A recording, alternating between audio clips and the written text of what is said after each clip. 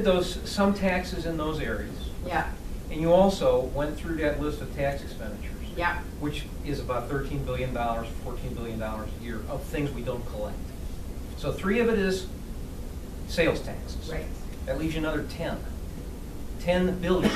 So you're dealing with $1 billion problem. Right. You could do some with that, and you could also close some of these expenditures, these loopholes. I agree. And probably, to your point earlier about a tax system that doesn't do things to make people do weird things. Yeah. Our tax expenditures do that. They do. encourage people to do things like buy stuff they don't need because they get a tax break, or pay more for something because they get a tax break. Yeah. Right? So if that's what everybody's really serious about, there are probably 13 billion items in there, all with ones next to it. Right. And we started that choice. Exercise. I It's a long 100% list. agree.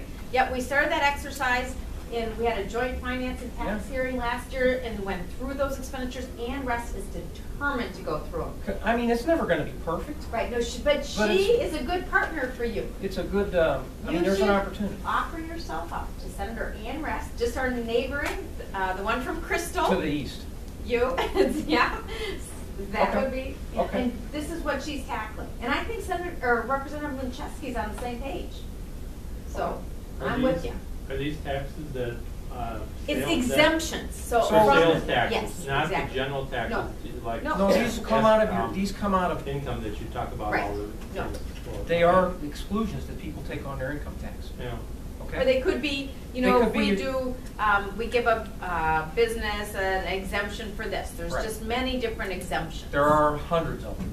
There's a Oh, yeah, the document. best thing is across the board typically. When you do exemptions, it's like where do you start, where do you stop? That's always the problem. That's Right. the same way with doing your income tax. It's the federal, Exactly. it begins at the federal level, right? Yeah. Because when Yeah. people talk about their taxable income, if you make $1 million and get it down to 500,000, your tax rate isn't on 500,000 at 35%. It's something significantly lower.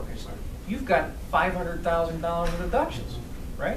So Art Rolnick wrote an article a few weeks back about this very subject, and talked about how we as states compete with each other in using our tax code, and how really it would be much better for the states to just call, or maybe it wasn't his article on this one, maybe I read it in the Times, but one of some esteemed economists said that all the states should stop that practice and let their, the state coffers be filled back up, and not use the tax code as a way to compete with each other, because in fact it really is not a good tax policy. That's good. So, yes. So now when you're talking about exemptions, the only thing I was going to say when you talk about sales tax, I was thinking, is that for me personally, it's kind of a pain because I'm single, I don't buy lots of toys, I clothe myself and I eat. Nicely, So, you clothe yourself nicely. But I didn't think the $100 was worth, because like you said, everybody's going to put on stuff on sale for $99 or whatever to get, they'll compete. Or you'll walk through the line 3 or 4 times. Right. And I don't know where this would stop, but the one thing I thought about is they constantly talk about trying to get people to eat better. And I just thought, you should not tax the stuff we're really supposed to be, that outside circle of the grocery store. If you're trying, and those things are usually more expensive, but you're trying to get people of less economic status to eat better and not all the junk food. Yeah. So then why would you tax carrots and all, all the good stuff on the outside? It seems unfair. If it's too pricey for them to buy all that stuff now, why would you want to tax it and make it more expensive? And where are you getting that idea that it would be taxed? Well, it's just food. Okay, You would want to exclude that, or you would want to exclude it. Well, I just said, Okay. we're talking about Okay. exemptions, Yeah, but now so, I'm talking about one. Gotcha. Yeah, I'm not a food person But myself. it just seems like the stuff you're trying to get people to eat more of, then you Yeah. tax and make it more expensive. Well, and it's not even whatever. I just personally have this thing about the food, just because of the All purpose. of it, yeah, okay. So. Yes. Where are you on the business-to-business sales tax thing, which seems to be the really hot button? Yeah, I don't support that, and I don't support it because I think that it would make us competitively at a disadvantage, and I don't think it would be doing the right thing for the businesses in our community. And the governor knows that I don't favor that, and I've been clear about that. although it doesn't help when this gentleman takes a picture of me and he probably has to watch it over and over. I think you finished with your video. Anyway, so I don't support it. And, you know, and one thing, I've represented this area for a long time. I'm always direct about where I stand, and my votes reflect what I think, even when it's uncomfortable. So you can count on that. Okay. Yes. You made a side comment about the issue of the advantage or disadvantage that the Mall of America thinks they would incur by this tax on clothing. And I guess I'm as skeptical, if not much more so than you, regarding that. And I don't know if any studies have been done, even under their own umbrella, to determine why do people shop at the Mall of America. And I would think that the advantage of the tax break universally would be a very minor factor in their decisions to come and shop there. It's an event experience kind of a deal. And to share a few percentages one way or another, I think that's, I don't hold that argument at all. Yeah. I agree with you, yet, oh boy, do they strongly believe it. And so that's why I was just trying to say, okay, if we could do something for them to give them a little more comfort. But, you know, I grew up in retail. My family had expensive chain of women's ready-to-wear.